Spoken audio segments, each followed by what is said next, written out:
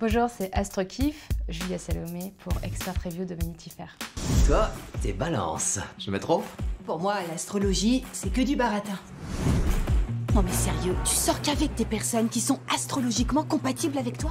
Et du coup, ça marche? Alors quand on dit je suis balance, c'est simplement pour dire que le signe solaire de la personne, donc le soleil transitait en balance au moment de sa naissance. C'est comme une infime donnée, une infime partie sur toute une grande toile d'informations. On a toutes les constellations aussi à prendre en compte, on a les placements de ces planètes dans les constellations, on a aussi les maisons à prendre en compte. En fait, si on se résumait simplement à un signe solaire, tout le monde serait carré, enfin tout le monde serait absolument pareil. Après, pour avoir une analyse plus poussée et faire des compatibilités plus sérieuses, il y a ce qu'on appelle des synastries. Ça, c'est quelque chose qu'on utilise en astrologie pour voir la compatibilité entre deux personnes. Pas forcément que sur le plan amoureux, mais aussi sur le plan professionnel. Un thème astral, c'est une espèce de photo du ciel qu'on a reporté sur une carte, où on a reporté la position de chacune des planètes au moment de la naissance de la personne. Et c'est un petit peu sa carte d'identité, disons, son ADN astrologique. Et en fait, on superpose ces deux cartes, donc celle des deux personnes,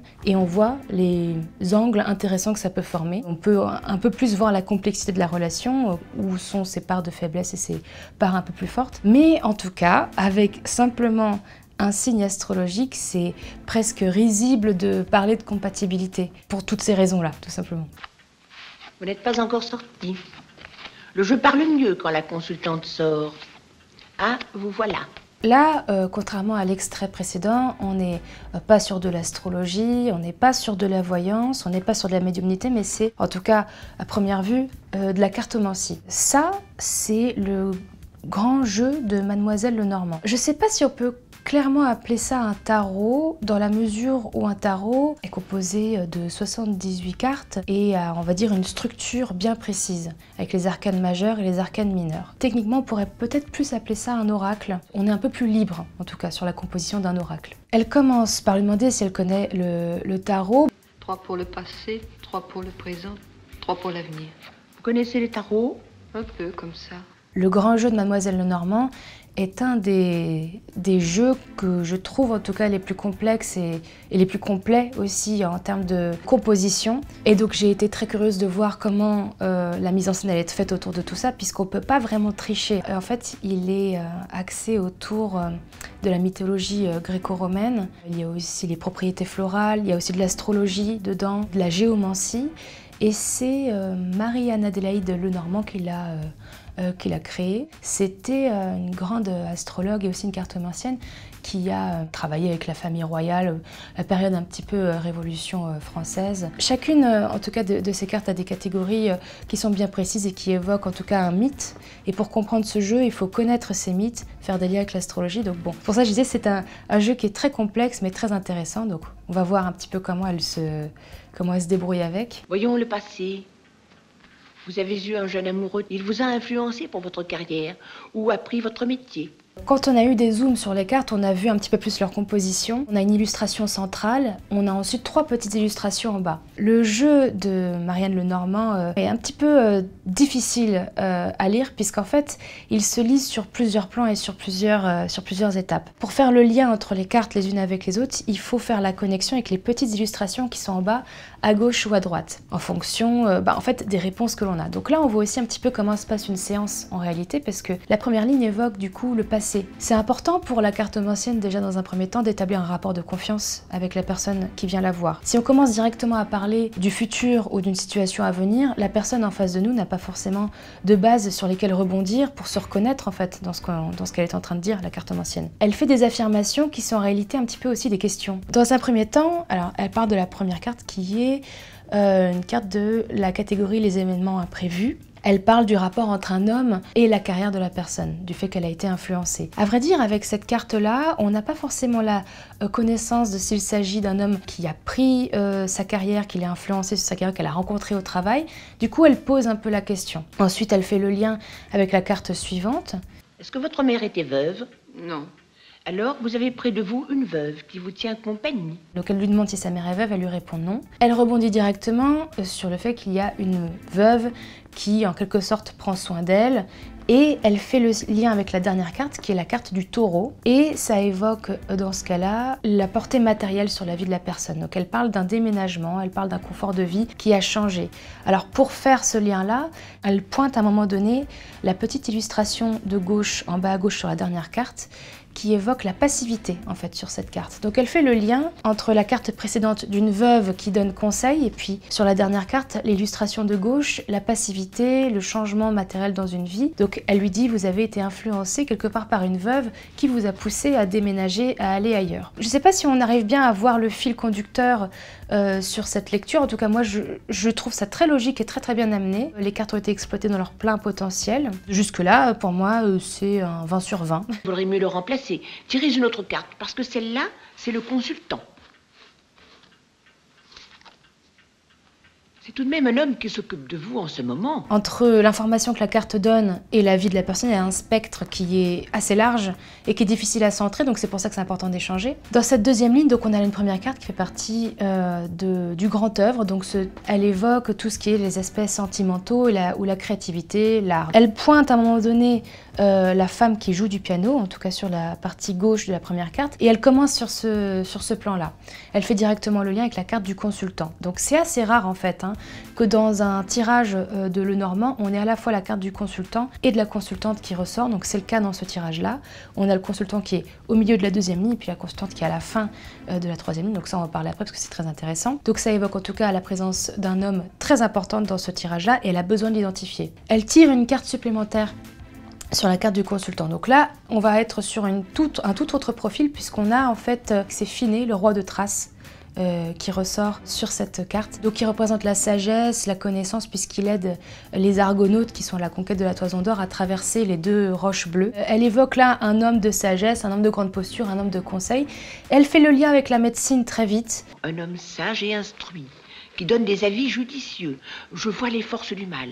C'est sans doute un médecin. Oui. Son entreprise est hasardeuse. C'est pas forcément quelque chose qu'on peut faire juste avec cette carte-là. Je pense que ça, c'est un ajout de la mise en scène qui a été fait. La dernière, c'est une carte de la guerre de Troie qui évoque un moment où, je crois que c'est Ulysse, qui subtilise les chevaux des Troyens sous leurs yeux, et c'est un acte de grand culot. Et donc elle fait le lien avec la carte centrale où elle dit voilà, ce médecin a une entreprise un peu hasardeuse. Parce qu'il faut savoir que si quelque chose ressort, en tout cas sur la deuxième ligne, qui est donc la ligne qui parle de la vie actuelle, en tout cas de ce qui se passe actuellement, c'est aussi un moyen pour la cartomancienne de savoir quel est l'enjeu et qu'est-ce qui va être traité dans la troisième ligne, enfin la ligne du futur. Et elle va forcément beaucoup s'appuyer sur ce qui a été dit là.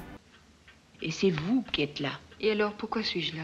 Le jeu est difficile, compliqué. Je ne vois pas très bien. Il faudrait en faire un autre.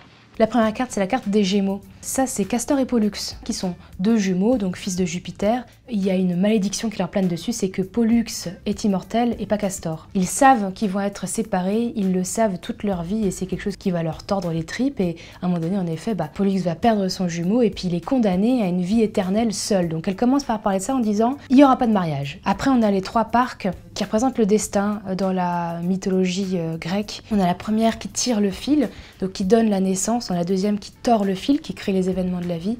Et on a la dernière qui coupe le fil et qui symbolise la mort. Là, la particularité de ce tirage, c'est qu'on a la carte de la consultante en dernière position. Si on suit la logique des tirages de Lenormand, une carte qui se trouve à droite, on est censé faire la liaison avec l'illustration en bas à droite de la carte précédente. Cette illustration-là, c'est l'illustration de la dernière des parcs qui coupe le fil. Et donc elle symbolise des problèmes de santé, voire la mort. La carte de la consultante se trouvant à cette position-là, si elle avait été plutôt à la première position de la dernière ligne, ça aurait symbolisé tout autre chose, quelque chose d'un peu plus... un problème de santé qui se résout. Là, c'est le contraire. An abuse of trust. An attempt to deceive you in your own house. You understand? Yes, Pina.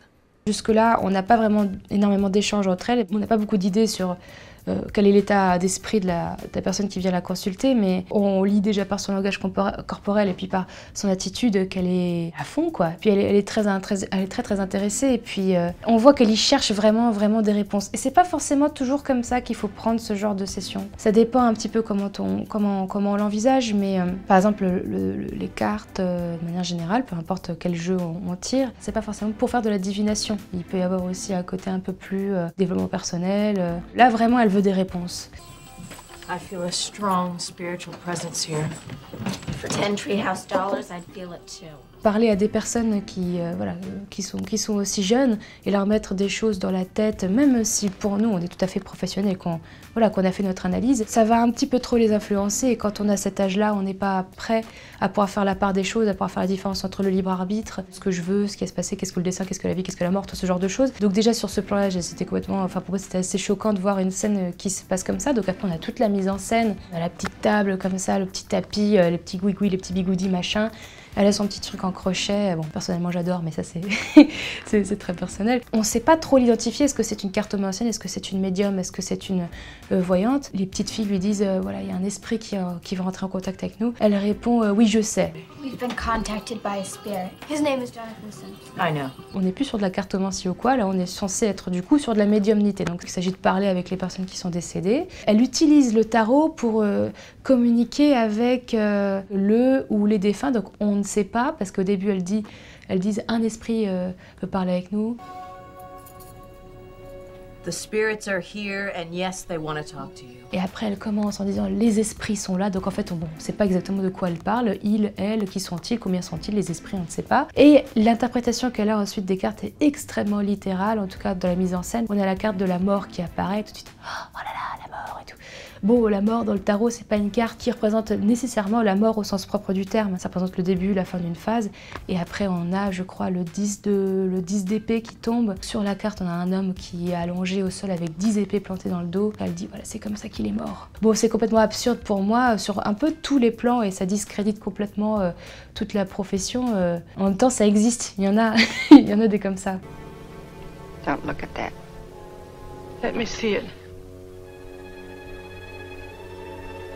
Là, elle tire les cartes avec un jeu standard, un jeu tout à fait classique. Moi, de ce que je me dis quand je vois 3 cartes comme ça, c'est passé, présent, futur. On imagine aussi que c'est sur une période assez restreinte, parce que le tirage n'est pas très développé, donc on a très peu d'informations. On la voit, je crois, 2 fois ou 3 fois d'affilée, à la fin du tirage, tirer l'as de pique, qui est en effet une carte qui est un petit peu en lien avec la mort, mais aussi des échecs, des fins, etc. Alors là où la mise en scène, elle est un peu particulière, et le trait est très forcé, c'est quand on accueille une personne et qu'on lui fait un tirage. C'est vrai qu'il faut éviter de la faire se sentir hyper mal. Et là, donc, il y a vraiment toute une tournure très dramatique. Elle veut pas retourner la carte. Après, elle veut pas lui dire. Elle lui lance une phrase très énigmatique. Death card. Maybe not. Cards mean different things at different times. Là, en fait, pour moi, ça alimente tout ce délire de superstition autour de la cartomancie, parce que ce qui va se passer, c'est qu'elle va rester avec ça dans la tête, elle va vouloir revenir pour revenir la voir, pour lui reposer des questions, pour développer tout ça, parce qu'elle va être flippée, en fait. Hein. Et donc, ça alimente, en tout cas, encore une fois, cette image de sorcière. Sur le plan vraiment purement technique, elle n'a pas tort. Je veux dire, quand elle tire la carte et qu'elle ressent que c'est un mauvais présage, à mon sens, elle ne devrait pas forcément le faire ressentir à ce point-là. Et si, comme elle le dit, les cartes peuvent vouloir dire des choses différentes à plusieurs moments, ce qui n'est pas faux aussi sur un plan technique, il faudrait qu'elle l'amène différemment pour pas créer toute cette ambiance, quoi.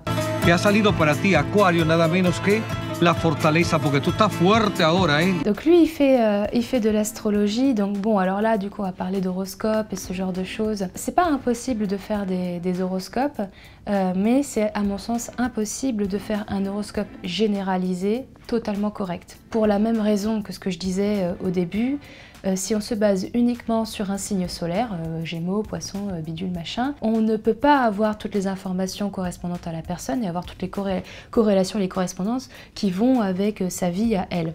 Cependant, c'est possible de faire un horoscope avec uniquement cette information-là, mais il faut prendre en compte qu'il sera de toute façon assez généralisé. Donc ça peut donner des grandes lignes, mais ça ne peut pas donner une grande précision. Donc lui, vraisemblablement, c'est un personnage qui allie astrologie, en tout cas il est vendu comme un astrologue, il est dans des formes de rituels, etc.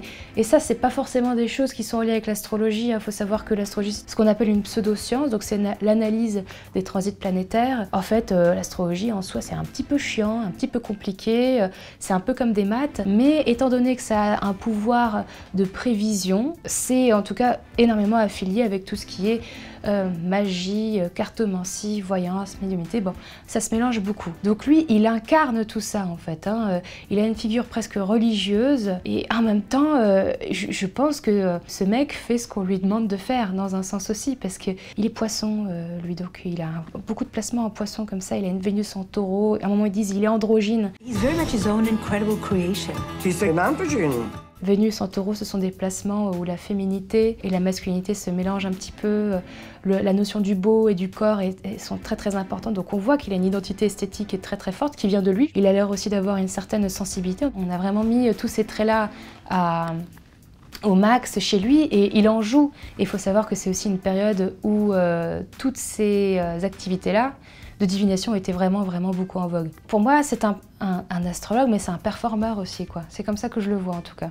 Bon voilà, j'espère que ça vous aura plu. En tout cas, moi ça m'a plu de décortiquer un petit peu tous les angles qu'il peut y avoir dans ces domaines-là qui sont parfois en fait beaucoup mélangés. En ce moment, ça revient beaucoup en lumière. Donc bon, je trouve ça intéressant de revoir un petit peu qu'est-ce qui est quoi, remettre les choses un petit peu à leur place. Merci de m'avoir accueilli pour cette expert review. C'était Julia Salomé de la page Instagram AstroKiff et j'espère vous retrouver bientôt peut-être pour d'autres aventures.